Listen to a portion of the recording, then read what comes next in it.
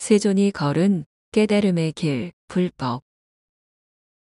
그것을 이렇게 한 권의 책으로 엮어 세상에 내놓게 되었다. 그런데 실상을 보면 5차원 실존의 단면을 언어로 쪼개고 관념으로 붙여 괴상망측한 분별 덩어리를 만들어 놓았다.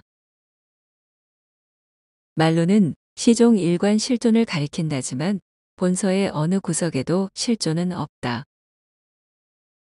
실존을 모방하고 흉내내고 연상하는 정보의 거품만 옹기종기 일어나 있을 뿐이다.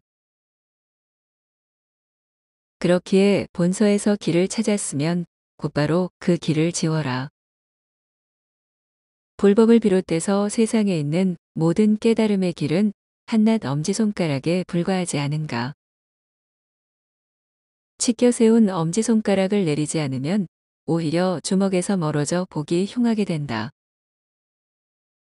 그러니 부디 깨달음 타령을 그만 좀 하고 그냥 있어라. 그냥. 반지름을 내리는 것에 대한 멋진 표현이 불교에 있다. 바로 희론정렬이다. 쉽게 말해 말장난하는 것을 멈춘다는 뜻이다.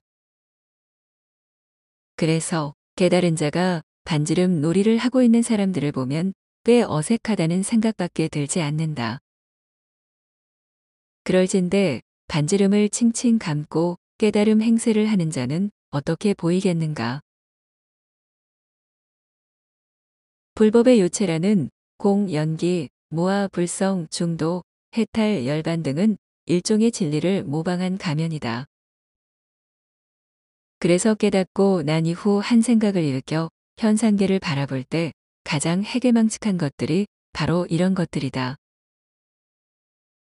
왜곡의 절정에 이른 것들이 진리의 상징으로 둔갑되어 묻 수행자들의 절대적인 지지를 얻고 있으니 그저 안타까울 뿐이다. 모든 법은 마치 거울에 비친 모습처럼 얻을 수 있는 실체가 없다. 오로지 헛된 망념일 뿐이다. 일체법, 여경중상 무체가득, 유심허망. 대승기신론. 용수가 저술한 중론 기경계에 나오는 다음의 구절을 음미해보자. 생하지 않고 멸하지도 않으며 상주하지도 않고 단멸하지도 않으며 하나도 아니고 그렇다고 다르지도 않으며 오지도 않고 가지도 않는다. 5차원 실존의 경지를 그런대로 잘 표현하고 있다. 좀 더 정확히 말하자면 다음과 같이 기술할 수 있다. 생하고 멸하는 것이 성립하지 않으며 붙거나 떨어지는 것이 성립하지 않으며 오고 가는 것이 성립하지 않으며 밝고 어두운 것이 성립하지 않으며 있고 없는 것이 성립하지 않으며 공 또한 성립하지 않으며 이렇게 성립하지 않는 것도 성립하지 않으며 오로지 존재하며 홀로 가치를 누리고 있도다. 2차원 생물이 3차원으로 올라와 2차원을 내려다보면 그동안 자신이 굳게 믿고 있던 것들이 죄다 성립하지 않는다. 그렇듯 5차원 실존이 깨어나면 4차원의 영성과 3차원의 지식은 실로 희뿌연 먼지처럼 아득한 것이 되고 만다.